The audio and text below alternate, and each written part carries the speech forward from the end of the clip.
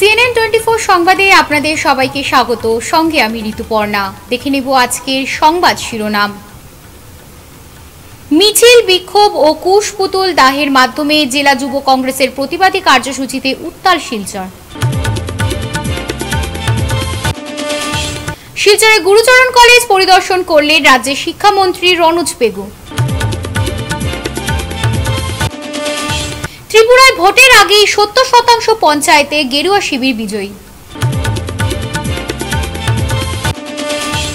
বর্মন ডিমাসা কাছারি উন্নয়ন পরিষদকে স্বায়ত্তশাসিত পরিষদে উন্নীত করার দাবি।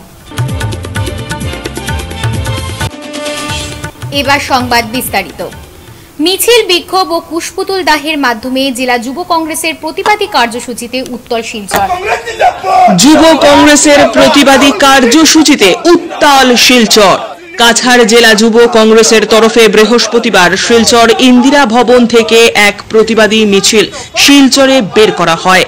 দলীয় পতাকা সহ 3টি কুশপুতুল হাতে নিয়ে দলের কর্মকর্তারা মিছিল এবং বিক্ষোভ প্রদর্শনের মাধ্যমে শহরের বিভিন্ন পথ পরিক্রমা করে উত্তাল প্রতিবাদ সাব্যস্ত করে গোটা শহরকে কাঁপিয়ে তুলেছিলেন। পরে ব্রাহ্মণবাড়িয়া পয়েন্টে জমায়েত হয়ে আসামের মুখ্যমন্ত্রী ডক্টর হিমন্ত বিশ্ব শর্মা, জলসম্পদ মন্ত্রী পীযূষ হাজারিকা সহ বিহারের মুখ্যমন্ত্রী নীতিশ কুমারের কুশপুতুল দাহ করেন।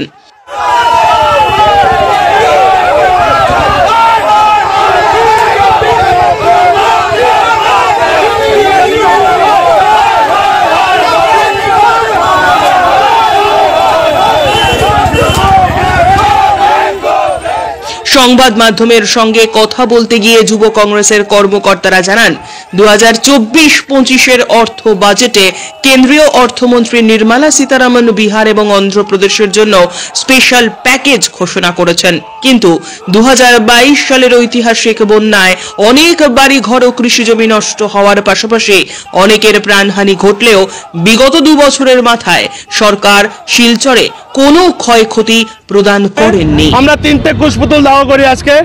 প্রথম কুশপুতুল মাননীয় মুখ্যমন্ত্রী হিমন্ত বিশ্ব শর্মা এবং জলসম্পদ মন্ত্রী পীযূষ হাজারিকা ডাঙরিয়া মহাশয়। আমরা ওনার কুশপুতুল জ্বালিয়েছি কারণ আমরা দেখেছি বিগত বাজেটে 2 দিন আগে যে বাজেট হয়েছিল, এই বাজেটে বিহারকে স্পেশাল প্যাকেজ দেওয়া হয়েছে, অন্ধ্রপ্রদেশকে স্পেশাল প্যাকেজ দেওয়া হয়েছে, কিন্তু 2022 সালে ইতিহাসের মধ্যে সবচেয়ে বড় ফ্লাড হয়েছিল এই শিলচর শহরে। এই শিলচর শহরে ফ্লাড হওয়ার পর অনেক মানুষের ঘর বাড়ি নষ্ট হয়, অনেক কিছু লস হয়, মানুষের প্রপার্টি নষ্ট হয়। তখন গভর্নমেন্ট বলেছিলেন যে ওনাদেরকে আর্থিক সাহায্য প্রদান করবে। আজকে 2 বছর চলে যায়।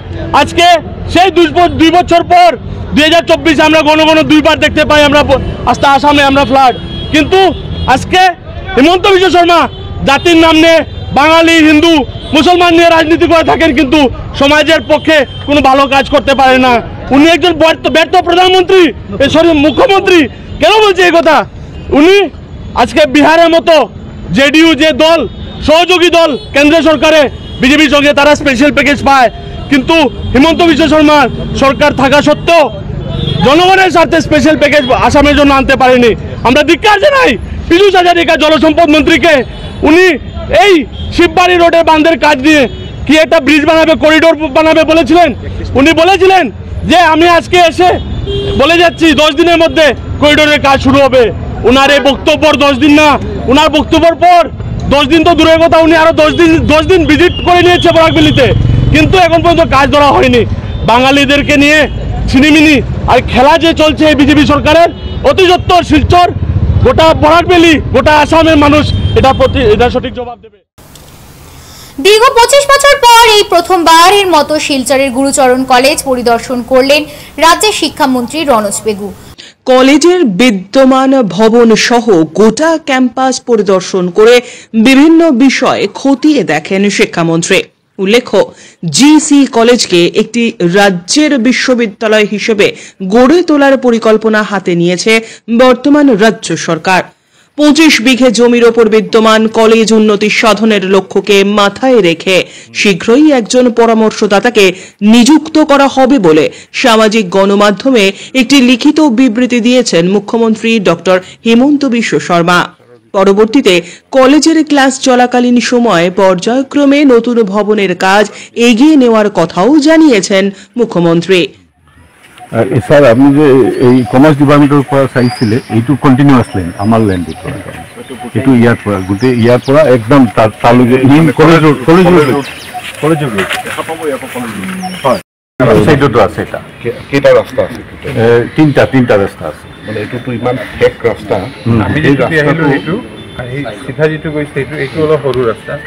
ইয়াতে এইটো কলেজৰ মাটিতে কলেজৰ এইটো বহল কৰি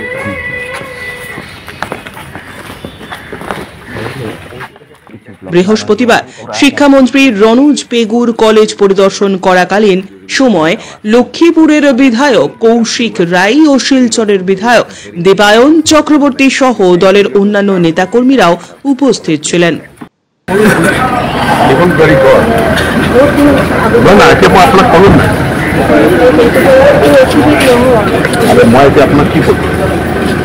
কালি আপনি ডিপার্টমেন্টে আপনার কাগজটা নাম শুনে যাবে। আমি ডিপার্টমেন্টে কি করছি? অনলাইন নহয়, আপনি অফলাইনে অ্যাপ্লিকেশন দিব।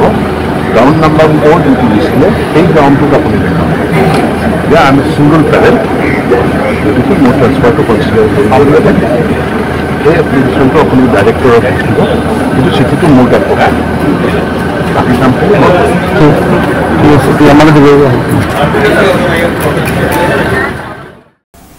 ত্রিপুরার নির্বাচনের আগে 70% পঞ্চায়েত বিজেপির দখলে।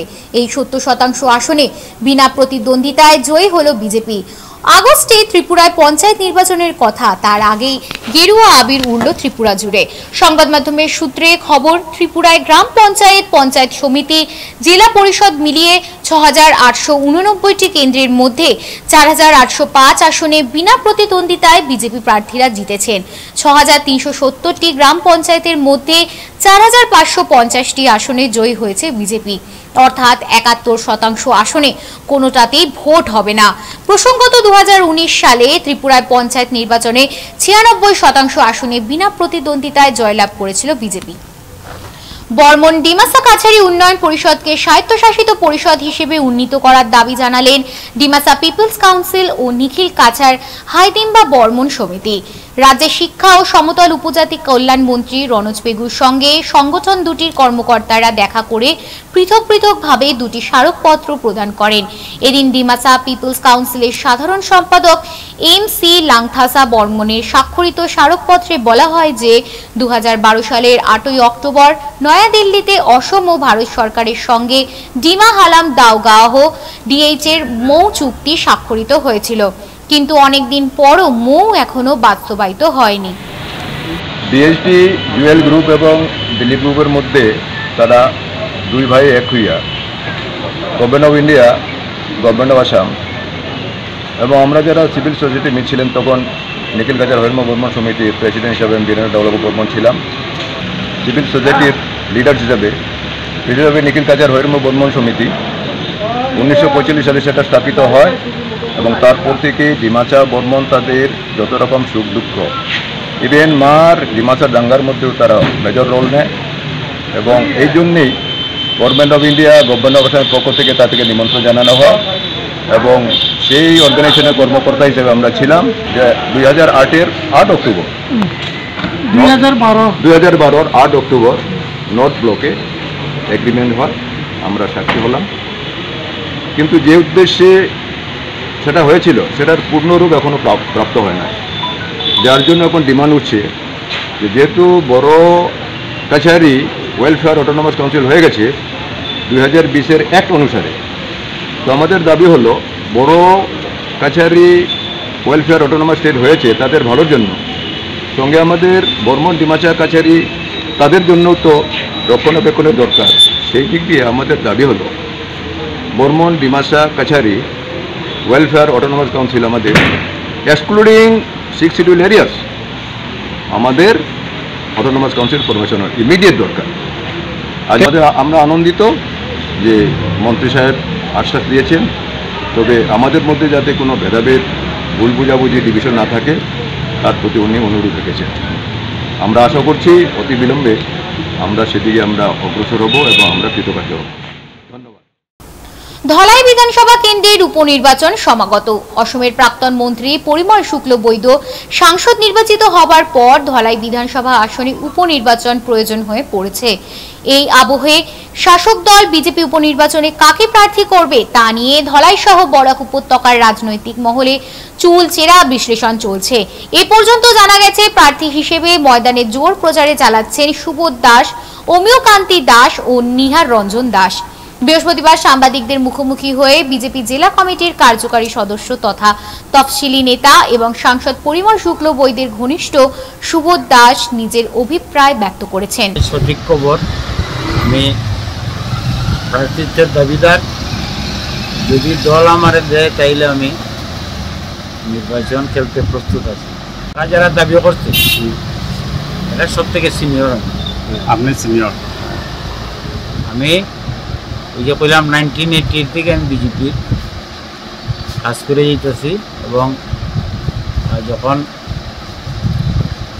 আমি জেলারও একবারের সেক্রেটারি, দুইবারের ভাইস প্রেসিডেন্ট, এসসি মোর্চারও দুইবারের ডিস্ট্রিক্ট প্রেসিডেন্ট, আর বর্তমানে আমি জেলা কমিটির কার্যকরী সদস্য এবং জেলা ফিশারম্যান সেলের আমি কনভেনার। বিধায়ক পাই আপনার কি কাজ থাকবো? আজ তো বরাকে দলের যে উন্নয়নের যে ধারা এটা আমি অব্যাহত রাখবো। আর দল যেহেতু ক্ষমতা আছে, আমরা নিজেও আশাবাদী যে এখন আরো বেশি করে কাজ করা যাইব দলের উন্নয়নে। এনআরসির বায়োমেট্রিক সমস্যায় জর্জরিত জনগণ নিজেদের নামে আধার কার্ড তৈরি করতে পারছেন না দীর্ঘদিন ধরে। এজন্য আধার কার্ড থেকে বঞ্চিত রাজ্যের হাজার হাজার জনগণ। এদিকে রাজ্য সরকারের তরফে রাজ্যের আধার কার্ড বঞ্চিতদের নামে আধার কার্ড তৈরির জন্য প্রতিটি সার্কেল কার্যালয়ে আবেদনকারীর আবেদনপত্র জমার নির্দেশনা জারি করা হয়েছে ইতিমধ্যেই। এর পরিপ্রেক্ষিতে কাটিগড়া সার্কেল কার্যালয়ে বিধানসভা কেন্দ্রের প্রতিটি এলাকার জনগণ নিজেদের আবেদনপত্র জমা করতে প্রচুর ভিড় জমান গত দিন কয়েক থেকে। এদিকে Katigorah circle officer doctor Robert টোলর নিজের কার্যালয়ে সংবাদ মাধ্যমের সাথে কথা বলে জানিয়েছেন, आज मैं सब काटीगोड़ा का पब्लिक लोग को मैं ये जानकारी देना चाहता हूँ कि अभी जो हम लोग लिस्ट कलेक्ट कर रहे हैं, जिनका नाम एनआरसी में आया लेकिन बायोमेट्रिक का प्रॉब्लम की वजह से जो आधार जनरेट नहीं हो पाया, वो लोग का डॉक्यूमेंट्स हम लोग अभी कलेक्ट कर रहा है। लेकिन ये जो कलेक्शन पॉइंट है सिर्फ काटीगोड़ा सर्कल नहीं, ये लोग ब्लॉक ऑफिस, काटीगोड़ा ब्लॉक और कलाइन ब्लॉक ऑफिस में ये लोग अपना डॉक्यूमेंट जमा कर सकता है और काटीगोड़ा सर्कल का जितना जीपी ऑफिस है वहां वो लोग अपना डॉक्यूमेंट्स जमा कर सकता है। कितना दिन तक जमा? ये 1 हफ्ता के अंदर कंप्लीट करना है। एनी डॉक्यूमेंट्स जमा करबो पारे। प्रथमते voter I card, PAN card बा रेशन कार्ड, ये तीनटा एनी वन के लोग जमा करबो पारिबो। लोग एनआरसी फाइनल लिस्ट जमा करबो লাগিব আৰু এপ্লিকেশন ফর্ম এটা তেওঁলোক পাই যাব আৰু তিনিটা ডকুমেন্টস আমি যেটো কইছো। ফিরছে একটি বিরতির পর, সঙ্গে থাকুন।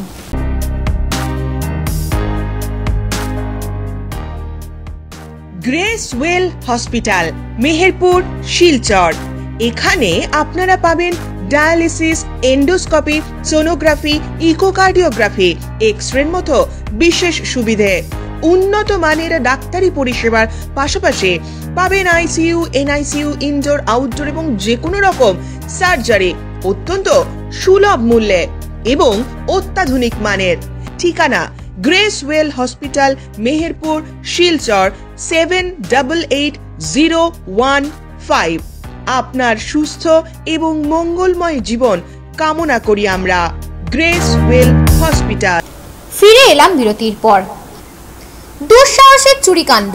ভাঙারপাড় পুলিশ ফাঁড়ির গেটের সামনে থেকে চুরি ট্রিপার গাড়ি।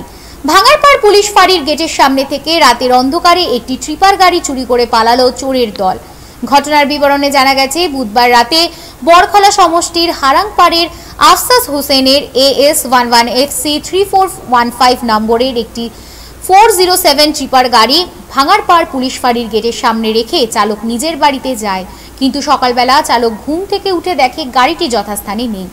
অনেক খোঁজাখুঁজির পরও গাড়ির কোনো সন্ধান না পেয়ে পার্শ্ববর্তী ভাঙারপাড় পুলিশকে গাড়ির চুরির ব্যাপারে অবগত করান গাড়ির মালিক আফসাস হোসেন। গতকালকে 24 জুলাই বাঙ্গারপাড় পার্ট 4 বাঙ্গারপাড় পুলিশ ফাঁড়ির নিকটে ইভেন হারাং ব্রিজের মধ্যবর্তী স্থানে আমার এসকে টিপার AS11 FC 3415 গাড়িটা রাত্রে চুরি হয়ে গেছে। সকালে ড্রাইভার বাইরে হইয়া যখন দেখছেন গাড়ি জায়গাত নাই তখন আমারে ফোন করছেন, ফোন করিয়া কইছেন যে ভাই আমার গাড়িটা তো এখন জায়গাত পাইয়ান না, রাত্রে তো ইয়া কালকে তো ইয়া ঘুমাইলাম, সকালে উঠে দেখি গাড়ি নাই।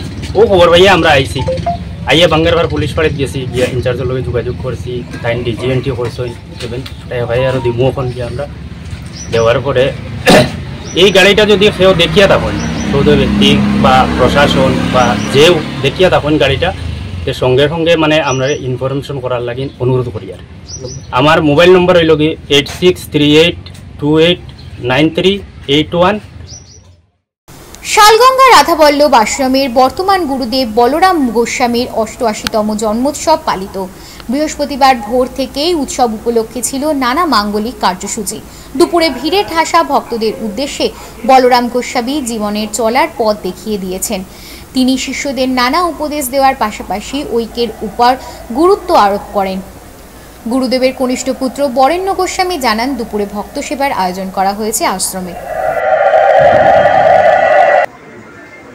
ধর্ম যেমন নষ্ট হয়ে গেল, ধর্মের পাপ এমনি গেল, তখন পাপ, মিথ্যা, অনাচার, স্বার্থ এসব এসে আমাদের জড়িয়ে ধরল। আমরা অষ্ট পাশে আবদ্ধ হলাম। পাশবদ্ধ সদা জীব আর পাশমুক্ত সদা শিব। আমরা যখন শিব হয়ে যাই অথবা সব হয়ে যাই তখন আমরা পাশমুক্ত। কিন্তু যতদিন সংসার আছি আমরা কিন্তু পাপ তাপ সবকিছুতে জড়িয়ে আছি। এবার দেখে নেব খেলার খবর। আজ শিলচর এসএন দেব স্টেডিয়ামে Pareshchandra Dasgupta memorial prize money first division football league cum নকআউটের ফাইনাল খেলাতে অভিনব ক্লাবকে 1-0 গোলে হারিয়ে শিলচর ফুটবল একাডেমি জয়ী হয়। এরপর পুরস্কার বিতরণ সভা হয়। এই সভাতে উপস্থিত ছিলেন প্রধান অতিথি প্রাক্তন খেলোয়াড় জিতেন দাস, ডিএসএ সভাপতি শিবব্রত দত্ত, সচিব অতনু ভট্টাচার্য প্রমুখ।